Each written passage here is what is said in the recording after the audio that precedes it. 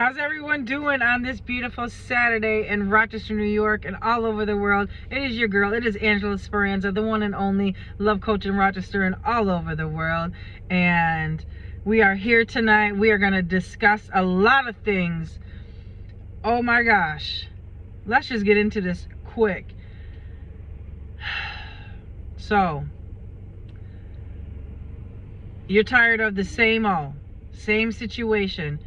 The same things keep happening. You keep forgiving. You keep accepting their apology. You keep believing all the game and all the lies. You can stop that. You can fix that. All you gotta do is not respond. All you gotta do is not pick up the phone. I'm gonna give you some examples. Person wrote into me, and I'm answering your questions. And let me make this clear for my entire audience. When you text me your question on the hotline, I'm going to answer it in the order that it's received. And I'm going to answer it live like I am right now. Now, for the people in the back, this may not be the video for you. This may not suit you. This may be for someone else. Put it how it fits. You can always reach me like you did, 585-357-2409, and your call will always get answered, and your question will always get answered in the order that is received. I may not respond right away, but I will respond to you. So you're tired of the same old. You love this person. You keep forgiving them, thinking that they're going to change because you're believing everything they're saying to you, and you see potential in them. You want to believe them. You want to trust them because you're so in love with this person. It's not going to change. I've told you once, twice, 3 times, 5 times, 10 times. If I had another hand, 15 times. It's like eating your own throw up. When you take your ex back, it's like eating your own throw up. You're going to go through everything all over again because you didn't set boundaries. They dumped you. They want you back. You call the shots. You are the boss of the relationship. That is your time right then and there to set that boundary. When you talk about working things out, getting back together, responding to each other's calls and messages, that should be your number one priority, your number one conversation. If you guys live together and you have trust issues and one person is okay, there's nothing wrong with doing location in each other's phones if neither one of you have nothing to hide. Now, if one person says no and they say, we live together, you know everything that I do. Motherfucker, no I don't. When you leave this fucking house, I don't know what the fuck you do. You can tell me you're with fucking Sue and Jim, and you could be with fucking Dave and Brock. I'm just giving you an example. There shouldn't be a problem when it comes to location. There shouldn't be a problem for your person to look in your phone and say, I need to use your phone. And this person watching you like a hawk, thinking because a message is going to pop up on their phone or on their screen. When they have an attitude with you like that and they're watching your every move, when you have their phone in your hand because you just want to check something so that way you can feel comfortable and have peace of mind, that's not insecure. That's not crazy. That's because they put you through fucking trauma. They put you through hell. And you don't know whether or not to believe it or to look and see yourself. But they have these things out there where a person can show you the proof and it can be fucking fake. And that sucks because you keep giving your all to this person and they keep giving you their ass for you to kiss.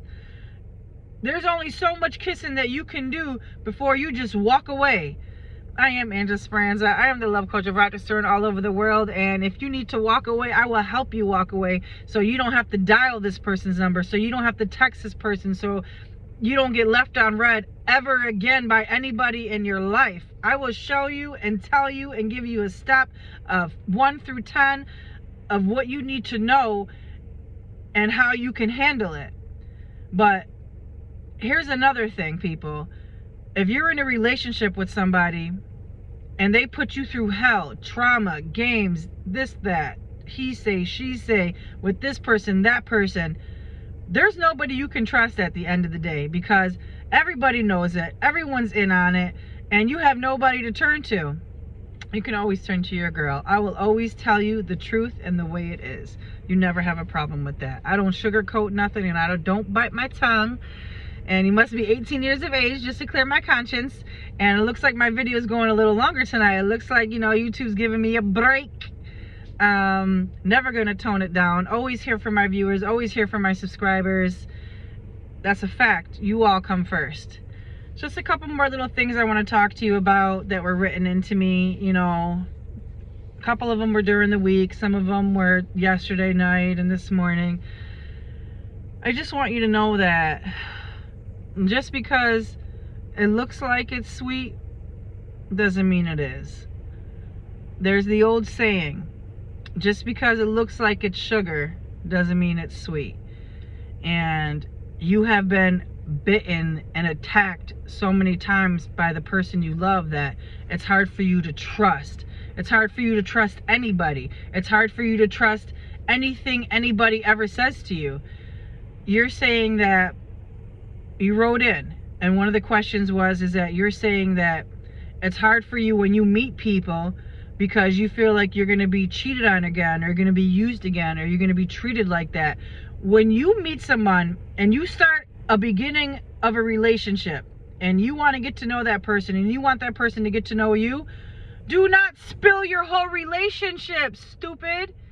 And I mean that in the nicest way. You're the one running your mouth. Learn to shut the fuck up. When you meet someone and you go on a date, you don't have to tell them, oh, I was used and abused and cheated on and they left me and did that and I was out in the cold and blah, blah, blah. No!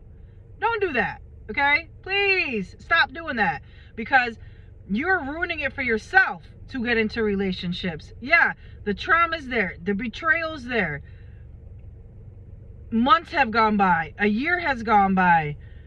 You can't keep blaming your ex anymore. A lot of you are going to disagree with me. A lot of you are going to get mad at me for saying that. But trust and believe, I'm on your side. I'm also going to tell you the way it is and why you're acting the way you are. I've been in your shoes. I know how you feel. Once upon a time ago, I've gone through all this. That's why I can talk about it. That's why I can answer your questions so faithfully and so loyal and true. I'm not going to beat around the bush. I'm going to tell you real, and I'm going to tell you straight. When you forgive your ex, they come back because they miss what they used to have. They want that old thing back. The saying is true. They want those good morning texts. They want those good night texts. They want to go out with you. They want to hang out with you. They want you to come over. An ex just doesn't come back because they're bored. They had to think about you. They had to think about what they were going to say. They had to think about their text. They had to think about what they were going to say to you on the phone. And they had to make sure that they look good in person, because looks are everything.